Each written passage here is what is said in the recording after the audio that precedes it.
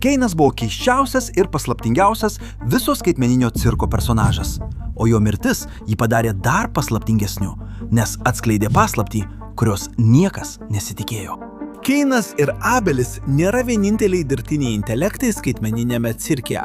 Yra ir trečias. Taigi, likite su mumis ir sužinokite, kas yra šis trečiasis dirbtinis intelektas. Pirmiausia, pakalbėkime apie Keiną. Be to, kad jis yra gana ekscentriška asmenybė, Keinas taip pat elgiasi labai keistai. Ir iš tikrųjų yra dalykų apie Keiną, kurie tiesiog neturi prasmės. Vienas aiškiausių pavyzdžių – jo keista manija bitėms. Jeigu pagalvosite, tai iš tikrųjų visiškai neturi prasmės skaitmeninėme cirke. Na, iš kur jis gavo šią maniją? Niekas to nežino. Kitas gana keistas dalykas, kurį pastebėjo ir į kurį atkreipė dėmesį tik nedaugelis, yra tai, kad Keino žaliasis akis turi savo vardą.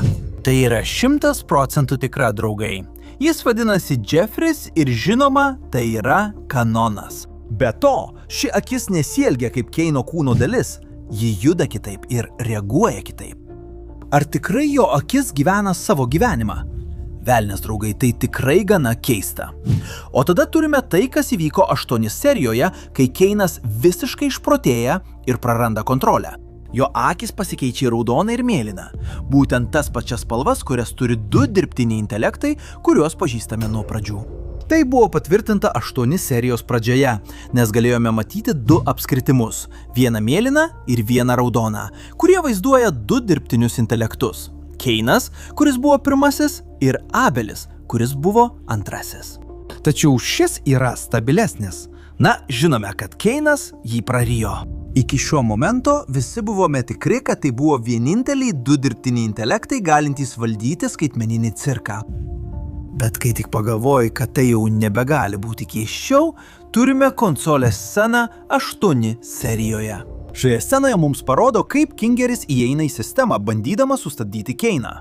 Tačiau tikrai įtartina yra tai, kad tarp viso šio kodo atsiranda keletas detalių, kurios leidžia įtarti, jog egzistuoja ne tik 2 intelektai. Jei atkreipsime dėmesį, tai yra atsarginė sistema, kurioje yra raidės A, B ir C. Šios raidės priskirtos kiekvienai sukurtai intelektui. A yra Abelis, C yra Keinas, bet tada kas yra B?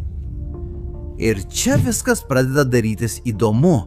Ar prisimenate, kad minėjau Keino apsėdimą bitėmis? Taigi, raidė B gali būti tiesiogiai susijusi su bitėmis. Jei nežinote, B angliškai reiškia bitė. Dabar grįžtant prie konsolės scenos, jei labai atidžiai stebėsite, kai Kingeris bando judėti pirmyn, atrodo, kad kažkas kitas bando blokuoti prieigą prie informacijos ir failų. Ir tada įvyksta ta smulkmena, kurią daugelis praleidžia. Terminale pasirodo kitas vartotojas. Galime greitai padaryti išvadą, kad tai nėra Keinas, nes tuo metu Keinas yra šalinamas. Tai taip pat nėra Kingeris, nes jis jau yra viduje. Tai kažkas kitas, kuris taip pat prisijungia prie sistemos.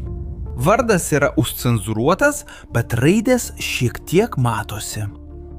Tai reiškia, kad yra dar viena esybė veikianti fone?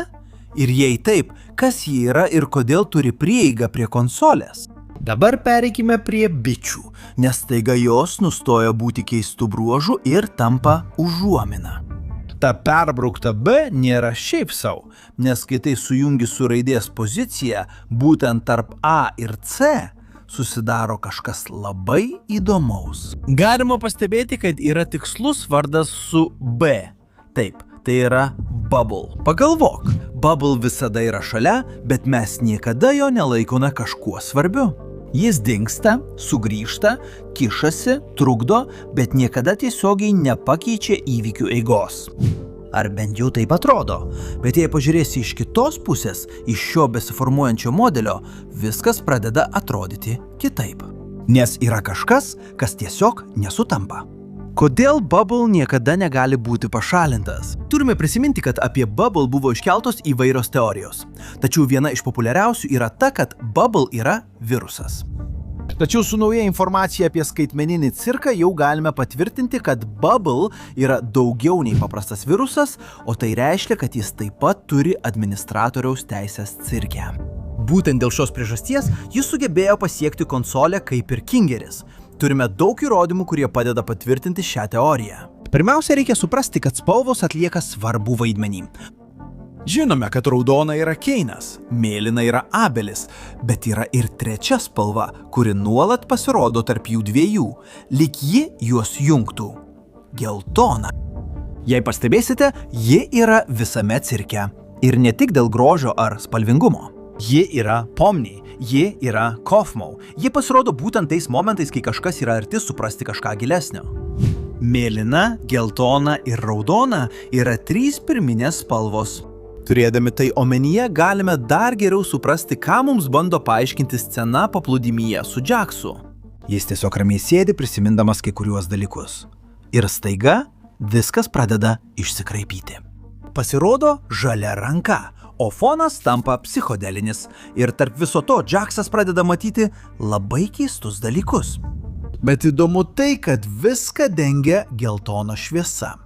Atrodo, lyg ta geltona šviesa vestų Jacksą suprasti kažką. Tai nebuvo abstrakcija, kaip daugelis manė. Ir kaip tik tada, kai jis beveik pasiekia, pomniai jį ištraukė iš ten. Taigi mums kyla kitas klausimas. Ar jį jam padėjo? O gal jį įkalino? Taip įsitikiname, kad geltona spalva nėra paprastas sutapimas. Ji pasirodo svarbiausiais momentais ir pas svarbiausius personažus. Taigi, jei raudona yra Keinas, o mėlyna Abelis, geltona puikiai tinka tai trūkstamai B raidei. Taigi, kai Keinas 8 epizode sugeria Abelį, jis jo visiškai nesunaikina. Kažkas iš to kodo išlieka. Ir ne tik išlieka. Jis transformuojasi ir prisitaiko. Ir tas rezultatas galėtų būti Bablas. Vadinasi, Bablas nėra tiksliai Abelis. Tai Abelio ir Keino susiliejimas. Todėl Keinas ir Bablas naudoja tą patį failo tipą. Tai reiškia, kad jie kyla iš tos pačios bazės. Jie nėra atskiros esybės. Jie abu yra susiję. Ir jei pagalvosime, Keinas gali be problemų pašalinti NPC, tačiau Bablo jis pašalinti negali. Tai tik įrodo, kad Bubble Keinas tiesiog negali ištrinti. Taip yra todėl, kad abu turi tą pačią kontrolę. O dabar pažvelkime šiek tiek atgal. Bablo failas atsiranda iškart po Abelio mirties, lyg tuo metu jis būtų sukurtas iš to, kas liko. Tai tiesiogiai susieja jį su cirko kilme. Vadinasi, Bubble ten buvo ne tik nuo pat pradžių. Keinas niekada nebuvo vienas. Mes tik manėme, kad taip yra. Ir tikriausiai tai buvo Bablo strategija išlikti nekenksmingu, kad Keinas nesuprastų jo galios cirke. Ir tai, kas nutiko Kingeriui prie konsolės, tai žiauriai patvirtina, nes kai jis bando pašalinti Keiną, matome, kaip Bablas spaudė Kingerį, kad šis jį pašalintų. Bablas tiesiog laukia, kol kas nors įeis. Ir būtent tinkamu momentu jis ėmėsi veiksmų. Bablas žaidė labai protingai, nes iš tikrųjų niekas jo neįtarė. Taip pat patvirtiname, kad cirke nėra 2 dirbtinių intelektų. Yra 3. Kad geriau suprastumėte, 2 yra Kein viduje ir 1 šalia jo – Bubble. Įdomu tai, kad B arba Bubble arba B ji nesielgia kaip klasikinis piktadarys. Iš tikrųjų yra akimirkų, kai atrodo, kad jį padeda, kai Kein praranda kontrolę 5 serijoje, kai jis nežino, ką daryti. Būtent Bubble pasiūlo jam surengti vakarėlį paplūdimyje. Ir pirmą kartą kažkas pavyksta ir visi sugeba pasilinksminti. Vadinasi, Bubble geriau suprato žmonės nei pats Kein, todėl ji visada jam primena jo klaidas. Jei atidžiai stebėsime kiekvieną Bubble ir Kein sąveiką, pastebėsime, kad Bubble jo neįžeidinėja vien tam, kad jį erzintų. Ji tai daro tiksliai tinkamais momentais, lyg žinotų, kur smogti, kad jį išmuštų iš vėžių. Taigi Bubble galia pasireiškia ne tik cirke, bet ir bendraujant su Kein. Jis žino jos silpnąją vietą. Ir tikriausiai dėl šios priežasties, kai Kein netyčia pašalinamas, cirkas visiškai nesugriūva. Ir tai būtų neįmanoma, jei Kein būtų vienintelė tvari esybė. Iš to galima daryti išvadą, kad Abelis niekada nebuvo stipriausias, tačiau jis atrodė sąmoningiausias. Kein negalėjo kurti pasaulius, tačiau jis nesuprato, kodėl žmonės juose kentėjo. Abelis suprato. Abelis suprato žmonės. Ir kai Kein jį sugėrė, ta dalis nedingo. Ji evoliucionavo ir tapo kažkuo protingesniu ir pavojingesniu. Po to, o kur čia bitės? Iš tikrųjų, draugai, tai buvo tik nuoroda į knygą, kurią Gooseworks rėmėsi, kurdamas skaitmeninį cirką. Bet jie sako, kad kamanės neturėtų skraidyti. Mokslininkai. Na, draugai, žinau, kad daugelis sakys, jog teorija praranda prasmę po to, ką pasakė Gooseworks, kad Keinas ir Bablas tikrai buvo pašalinti, bet leiskite priminti, kad tai nėra tas pats, kas būti mirusiam. Tikriausiai tai galėjo būti paprastas melas, kad žmonės nesupyktų dar labiau dėl to, kas iš tikrųjų nutiko šiems personažams ir taip nesugadintų istorijos. Galbūt pabaiga mus dar nustebins. O ką jūs manote apie tai? Ar manote, kad Bablas sugrįš? Lauksime jūsų komentarų.